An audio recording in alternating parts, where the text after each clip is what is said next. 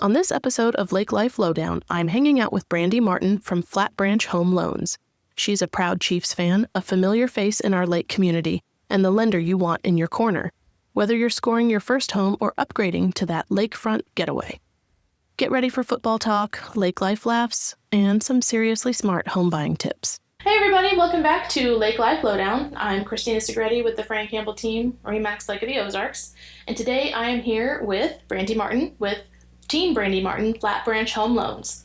Brandi, say hello to everybody. Hello, everyone. Thank you so much for having me, Christina. Of course. I love it. I love your ideas and everything you've been doing. It's been awesome. Aside from all the compliments that I wanted you to keep giving me while you're here. I will. I also wanted to have you on because I think it's important people get a chance to meet a lender at the lake and have an opportunity to kind of hear some really common and maybe not so common questions answered by somebody who is very knowledgeable and is one of the most trusted lenders here at the lake. So I am going to go ahead and start asking Brandi some questions, and I hope you guys tune in and stick around to the end because we do have a very fun lightning round where she does not know what the questions are, and I'm hoping to maybe get a good giggle out of Brandi because she's a good giggler. Oh gosh.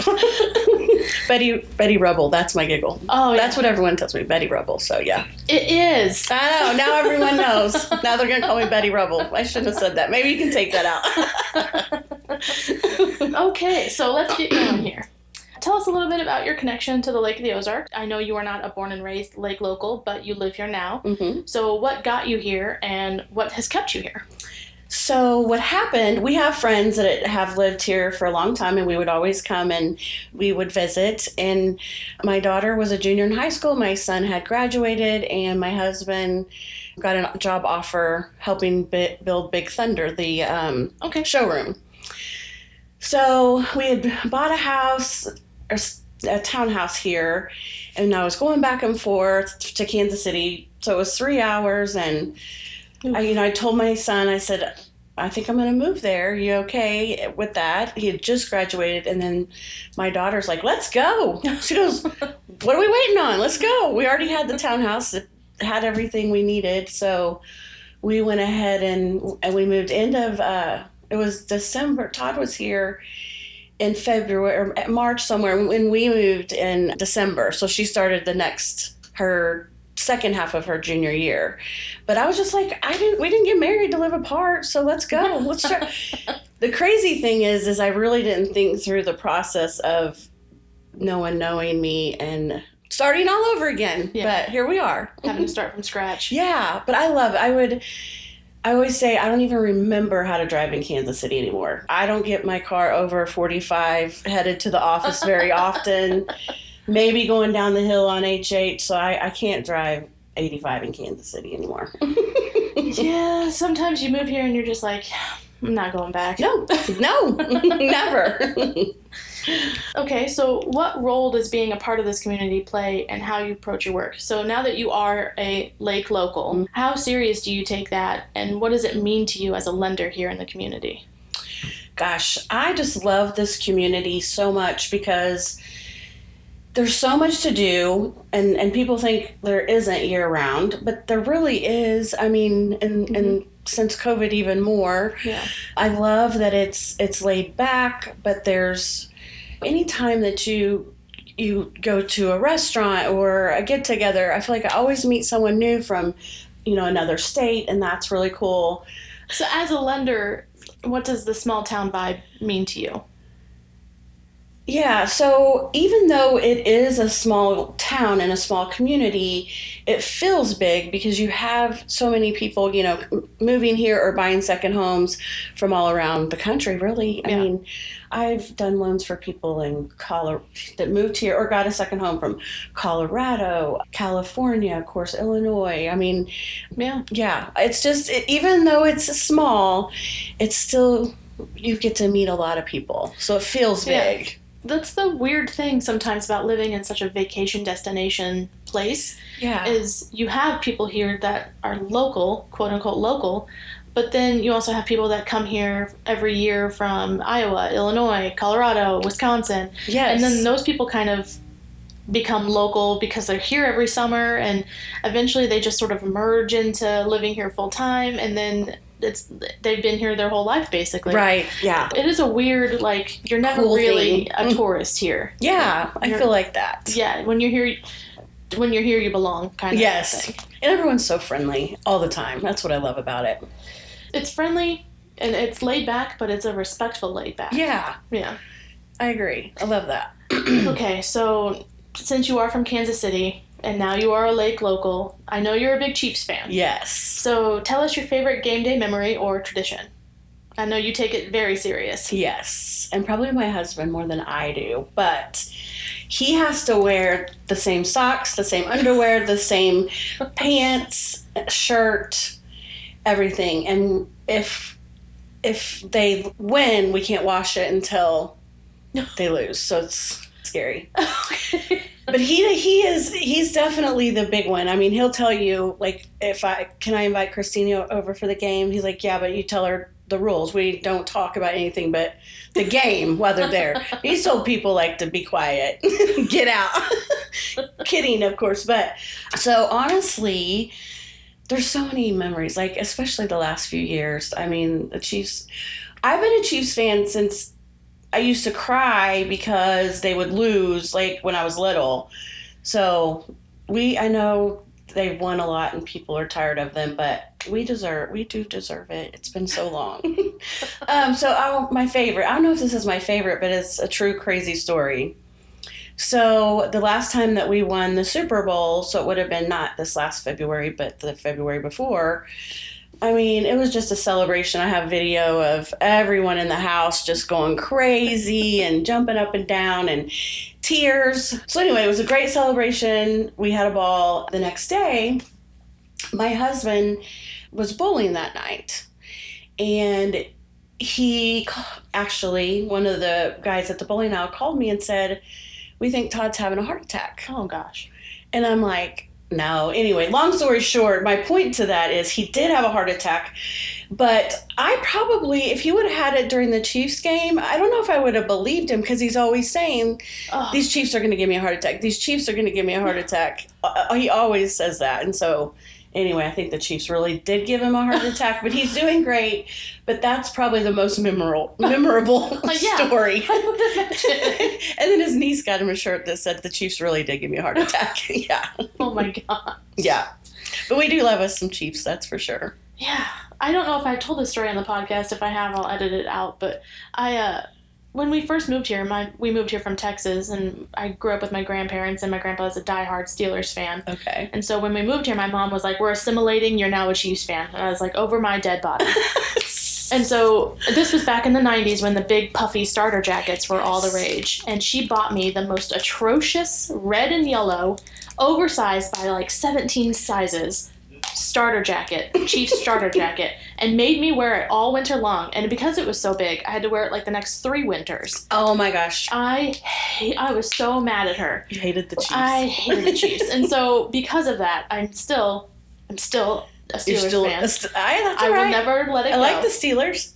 But in absence of the Steelers, I will begrudgingly root for the Chiefs. Right. So I remember, where did we go that you would... Oh, I had my Chiefs party. Yeah. And you were like, I'm like, I don't care. You can still come. Yeah, I went, but I did not pose with any of the Chiefs memorabilia because I knew, out of respect for my grandfather. Right, I get that. Yeah. That's so funny. I was like, I can't do it. Okay, so on a more serious note, for the people who are watching that may be first-time home buyers, what's the first thing a first-time home buyer should do even before looking at houses? So at the second they're like, I need to get out of this renting situation, what do I need to do?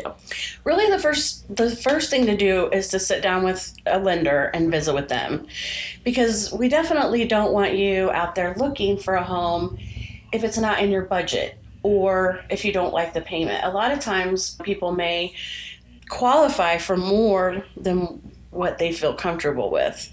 So that's really the first step, is to sit down with a lender that you know, like, and trust. Okay. And you can actually talk to a few different lenders. So you can make sure that, first of all, when we pull your credit now, you can have your credit pulled as many times as you would like within a 45-day period. So it doesn't hurt your credit score, because a lot of times people think that it does. Know. Yeah. And we actually have an option of doing a soft pull credit, and it's very It's very accurate. So that's another thing that I like that we're doing now. But honestly, you need to know where your numbers are before you ever get on Zillow and be like, oh gosh, I love this house. I want to buy it. Yeah. Because what if it's not in your budget? Yeah.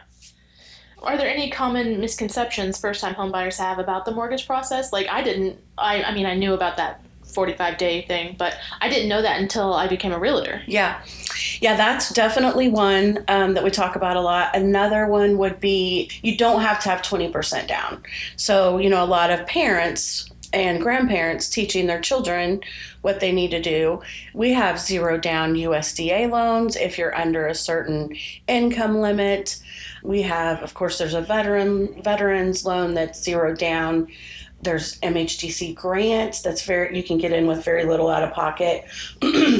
We also have a flex fund that's offered by Flat Branch. That's if you're under the area median income and everything. There's a few different things, but it's a $4,000 free grant that some people can qualify for. So I feel like that's one of the biggest things that people don't want to start looking or talking because they don't have any money to put down, and that's just something that we do all day long that we can help them figure out. Yeah.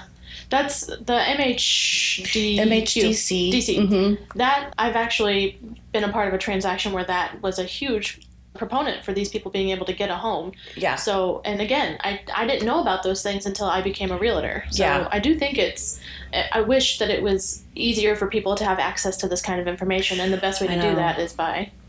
I know. I always say none of this stuff was taught in school. No one taught you in school that you need to have good credit and that what different types of loan programs are and how to use your credit cards. And, no one ever taught that. And I keep saying it is kind of a passion that I have, that I really want to go into schools and just do, like a free little webinar. So as somebody who has been in the mortgage business for a while, I'm sure you've come across like buyers who have started to feel overwhelmed or intimidated by the whole process of getting a mortgage loan. How do you guide buyers through something like that? It is. It's a huge deal. You're giving us all of your personal financial information, and a lot of times people don't understand why, and they get frustrated because there's just so much to buying a home now. Could go on about that for days. But what I try to do personally is just make you feel comfortable. My goal is to give you the estimate and to shoot you over a video so you can keep that video and go back and look at everything that we talked about. And just because me telling you one time, that's a lot for you to remember. So that's what I really try to do, especially as my first-time home buyer. Sometimes I have buyers that are like, I don't need the video, just give me the numbers. So, but I just try to make sure I hold your hand through the process. One of my favorite realtors in Kansas City, we still do a lot of business together, and he always says I have great bedside manner. I'm like, how about like tableside manner?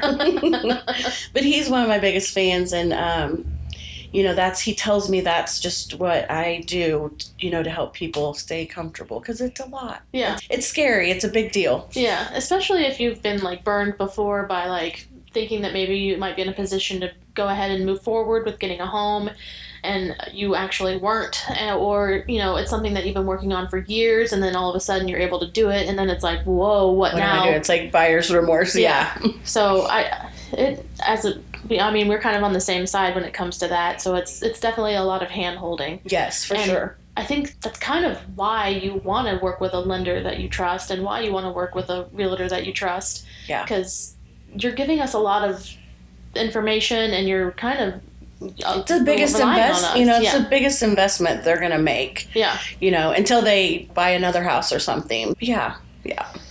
What's one thing you wish every first-time buyer understood about budgeting for a home? I'm going to say more so what I wish they knew was more about credit. Okay. Because again, that's not something that you're taught in school. You don't know, people don't know that they need to keep their credit cards under 30% of the limit. Yeah. So when you're budgeting for a home, we have our debt to income ratios that we have to keep you in line with. That's a pretty long, I could give you an example, but that would take quite a while. But basically, I guess a good rule of thumb would be your debt plus your new housing expense needs to stay under about 45% of your income. Okay.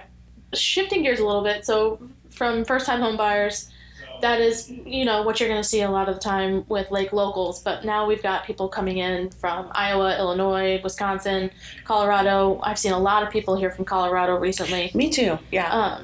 Those people are typically buying a second home, a vacation home, or this is the next stop in their line after retirement. Yep. How does buying a second home differ from buying a primary residence? Great question. So it's quite a bit different. Used to, you could buy a second home at the same interest rates as a primary home. But I think it was probably, I don't know what year it was, maybe 21-ish or 22-ish, they changed some rules that they wanted it to be easier for buyers buying primary homes to get into those homes. So now you can still do 10% down, but the rate is super crazy high. You may have to pay fees to get that rate. So most of the time on a second home or investment property, there's a lot of investments here too. I will show my buyers, what it looks like with 20% down, what it looks like with 25% down as far as your interest rate goes, because you're going to get a lot better interest rate putting 25% down versus 20. And I give them I just want them to know the difference, so that's probably the biggest thing is that you need that more down payment money to do second home or investment. Okay. What should someone from out of town know about buying at the lake? Probably their first thing they need to know is where they want to be at the lake, because there's just so many different areas, and do you want to be in the heart of all the craziness and everything, which is more so, closer to the dam, or do you want to kind of be in the middle down in Osage Beach somewhere, or do you want to be super quiet area and be even farther down the lake? So I would say the first thing, get your pre-approval already, but then have someone awesome like Christina. I set her up for this. Yeah. So no, seriously, she knows the lake. Like, she's lived here forever. But that's where you want to talk to your realtor and let them guide you through, exactly where they feel like you need to be from what you're telling them, the type of lifestyle that you want. Because, if you don't want the hustle and bustle, you don't want to be up by the dam. And right. Yeah. HH may not be for you. Are there any lending surprises that catch second home buyers off guard? Yes, I would say condos. So there's a lot of condos here that they either have a ton of rentals, they can do Airbnb. There's also a lot of deferred maintenance because they're all about that age where they need a lot of things done. But I try to have that conversation in the very beginning when I know someone is looking at a condo, because if let's just say we don't know. So there's whenever we do condos, there is something out on Fannie and Freddie's website that only lenders can go look at. Okay. And it'll tell you if it is eligible, it hasn't been reviewed, or it's ineligible. So if it hasn't been reviewed, we don't know unless we've talked in the community and we know that could be an issue, or no, it should be fine. But that's the biggest thing. But normally I tell them up front, if there's an issue, we can flip this over either to a non-conforming loan or to our bank. But I make sure they know that, because the bank rate is going to be different. Okay. Non-conforming is going to be different, and it may not be a 30-year fixed. So I try to have that conversation up. I do every time have that conversation up front, because it is, when things change at the last minute, and it takes a while to know the answer to that, because we have to reach out to the management companies to have them fill out the questionnaire. And the questionnaires, I can't remember how many pages, but several pages.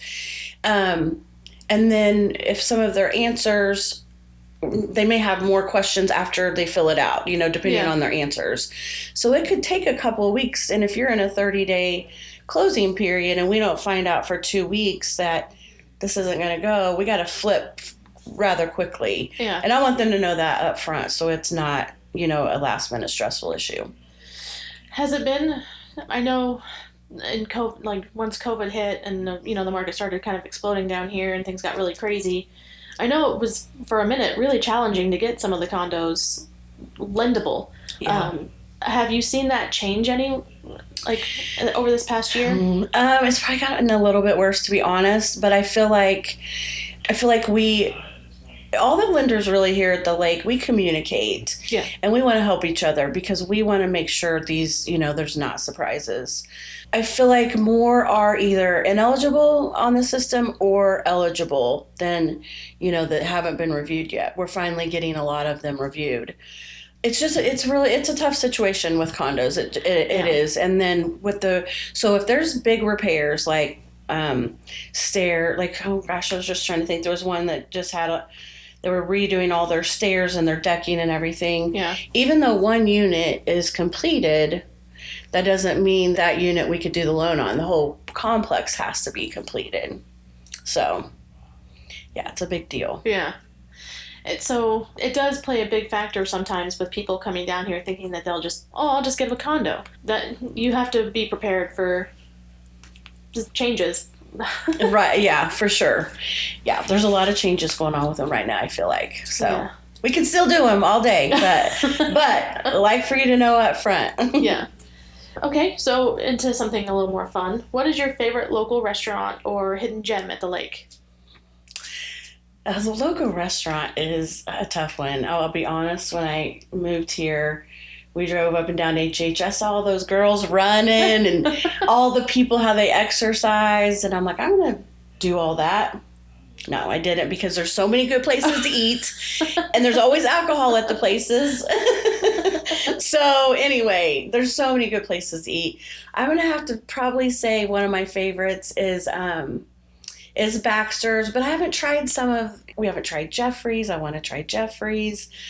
The New Angels Mexican restaurant on HH. I think Chad just ate there. He said it was really good. So good. Yeah. So good.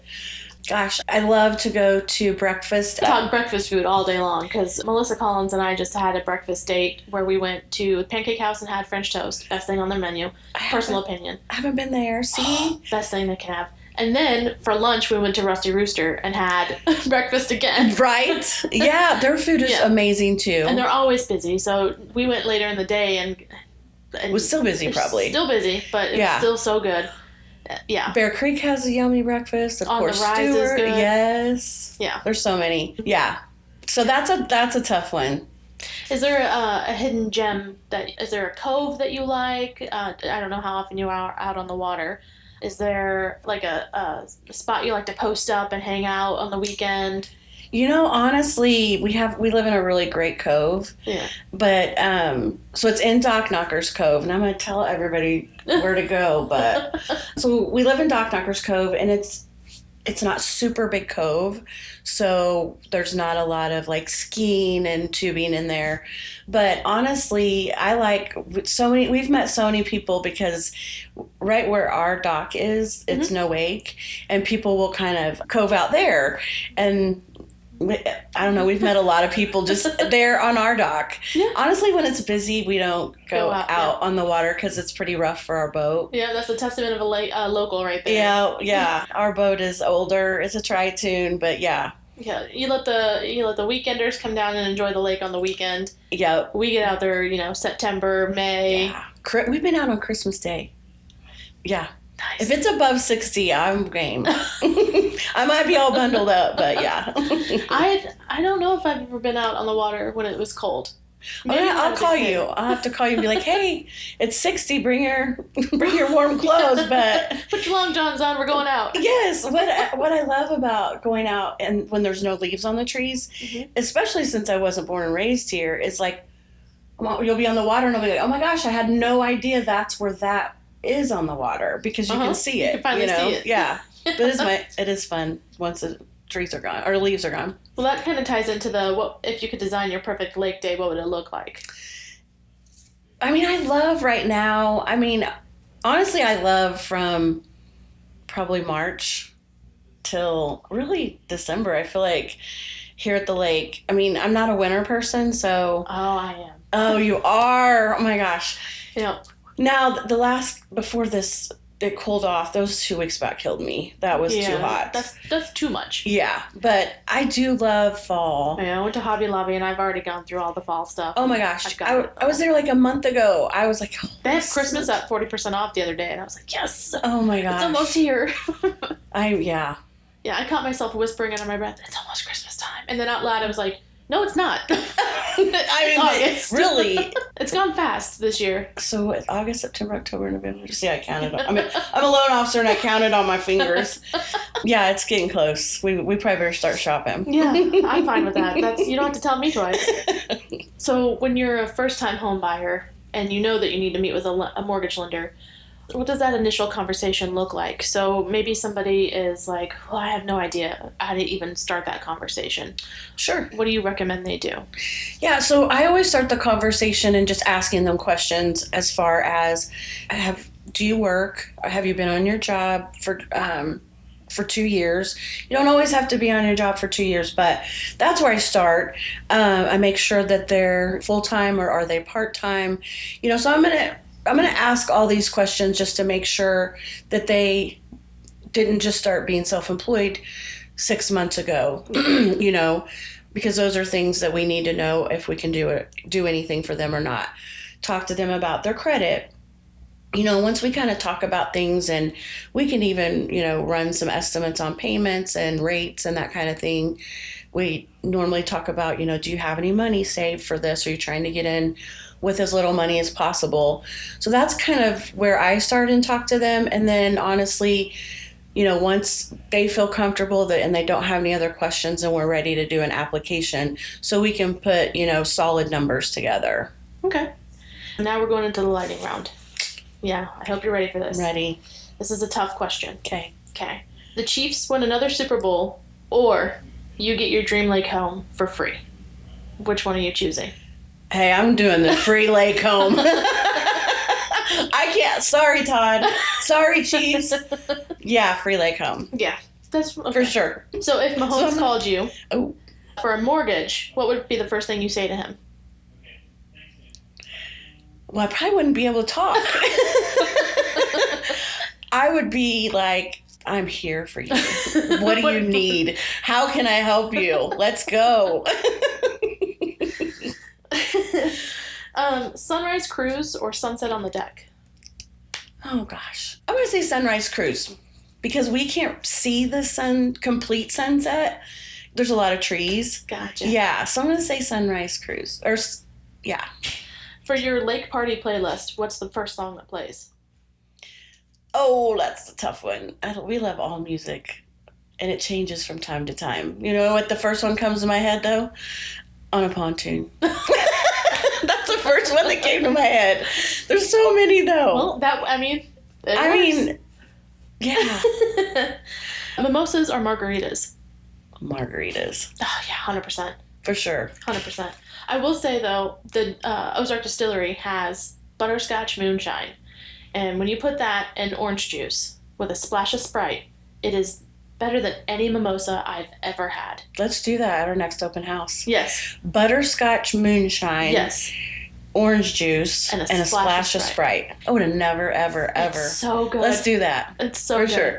For sure. Okay. Well, Brandi Martin with Flat Branch Home Loans. Team Brandi Martin. Where can people find you? How can they contact you? And do you have anything that you want people to know about? Yeah, so you can find us on Bagnell Dam Boulevard, 2882 Bagnell Dam Boulevard. I really like to give out my cell phone because it's always with me, and we all know that this isn't a 9-to-5 job. Yeah. So it's 816-809-2270. Our website is homeloanswithbrandi.com. We have an awesome team. My assistant is Caitlin Rice. She's actually a local. She's amazing. She keeps me straight and focused and gets everyone to the closing table. Also have an awesome processor, which is Sam Thompson. And we would love for you to give us a shot and see what we can do to help you get into a home. Don't you guys have like a charitable foundation? Yes. We have the Giving Branch. Being an employee of Flat Branch, you have the opportunity to give 1% of your pay into the giving branch. So Flat Branch has gotten pretty big. When I started, there was a little over 200 employees, and I think we're at 700 employees now. So what it is, in each region, we have different regions like mid-Missouri, the Springfield, St. Louis, Kansas City, and then other states. But if you know anyone in need, write this down. If you know anyone in need, reach out to me or go to the Giving Branch on Facebook. You can just hit a button.